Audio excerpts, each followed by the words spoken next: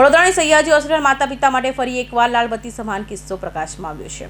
મુંબઈથી સંબંધીઓને મળવા આવેલી 15 વર્ષીય કિશોરે હિજાબમાં લગાવવાની 4 મીમી તીક્ષ્ણ પિન ગળી ગઈ હતી અને તેઓ જીવ જોખમમાં મુકાયો હતો। જોકે સમયસર હોસ્પિટલ પહોંચવાથી બ્રોન્કોસ્કોપી સર્જરી દ્વારા પિન કાઢી નાખતા બાળકીનો જીવ બચ્યો હતો। 1 કલાકની ભારે જહેમત બાદ કિશોરીના ગળામાંથી પિન બહાર કાઢવામાં આવી હતી।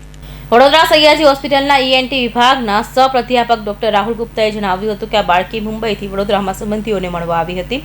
અહીં હિજાબમાં પિન લગાવતી વખતે તેને પિન મોઢામાં રાખી હતી। અચાનક બોલવા જતાં પિન ગળામાં ઉતરી ગઈ હતી અને ફેફસામાં અટવાઈ જતાં તીવ્ર ખાંસી શરૂ થઈ હતી।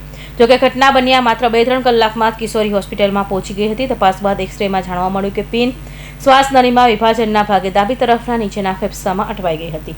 તાત્કાલિક એનેસ્થેસિયાની નિષ્ણાતની મદદથી ઓપરેશન થિયેટરમાં લઈ જવામાં આવી અને બ્રોન્કોસ્કોપી દ્વારા લગભગ 45 મિનિટથી 1 કલાકની પ્રક્રિયામાં કોઈ ચીરો પાડ્યા વગર પિન કાઢી લેવામાં આવી હતી। પિન લગાડતી હતી અને મોઢામાં રાખી હતી એને પિન અનફોર્ચ્યુનેટલી એ ટાઈમે જ કંઈ બોલવા ગઈ અને જે પિન છે જે એક બાજુથી બહુ જ શાર્પ હોય એ એના ખાવાની નળીમાં એટલે ફેફસામાં ઉતરી ગઈ, એને ખબર નહીં પડી। બહુ જ સારું રહ્યું પેશન્ટ માટે કે 2-3 કલાકમાં જ અમારા હોસ્પિટલમાં આવી શક્યો। અહીંયા આવ્યા પછી અમે ઓસ્કલ્ટેશનથી અને એક્સરેથી ડાયગ્નોઝ કર્યું, નિદાન કર્યું કે આ જે ફેફસાની નળી હોય એટલે શ્વાસની નળી નીચે જઈને રાઈટ અને લેફ્ટ સાઈડ ડિવાઈડ થતી હોય, જે વચ્ચેવાળા ભાગમાં એટલે રાઈટ અને નીચેવાળા લેફ્ટ ફેફસામાં જઈને ઇમ્પેક્ટ થઈ ગઈ હતી।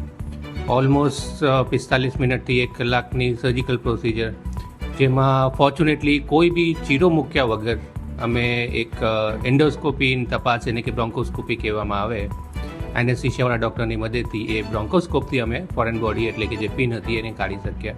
ખાસ કરીને 3 થી 5 વર્ષના બાળકોમાં શ્વાસ નળી અને નળી વચ્ચેનું સંકલન પૂર્ણ વિકસિત ન હોવાથી ખાતા સમયે આંબલીના બીજ, સીતાફળના બીજ કે ચણાના દાણા જેવી વસ્તુઓ શ્વાસ નળીમાં જતી રહે છે। નાના બાળકોની શ્વાસ નળી અત્યંત સાંકડી હોવાથી આ વસ્તુઓનું એક ફેફસું પૂરેપૂરું બંધ થઈ જવાનું જોખમ રહે છે। પિન, સિક્કા, બટન સેલ જેવી સાપ કે નાની વસ્તુઓ બાળકોની પહોંચીથી દૂર રાખવી જોઈએ, કારણ કે શ્વાસ નળીમાં ફસાવાથી તે જીવલેણ સાબિત થઈ શકે છે। સયાજી હોસ્પિટલમાં આવી જટિલ બ્રોન્કોસ્કોપી પ્રક્રિયા માટે તમામ સુવિધા ઉપલબ્ધ છે અને અહીંયા આ પ્રક્રિયા મફતમાં કરવામાં આવી હતી, જે બહારની ખાનગી હોસ્પિટલમાં 60 થી 70 હજાર રૂપિયામાં સુધીનો ખર્ચ થાય છે। કૌશિક પટેલનો report, Hind TV news, Surat.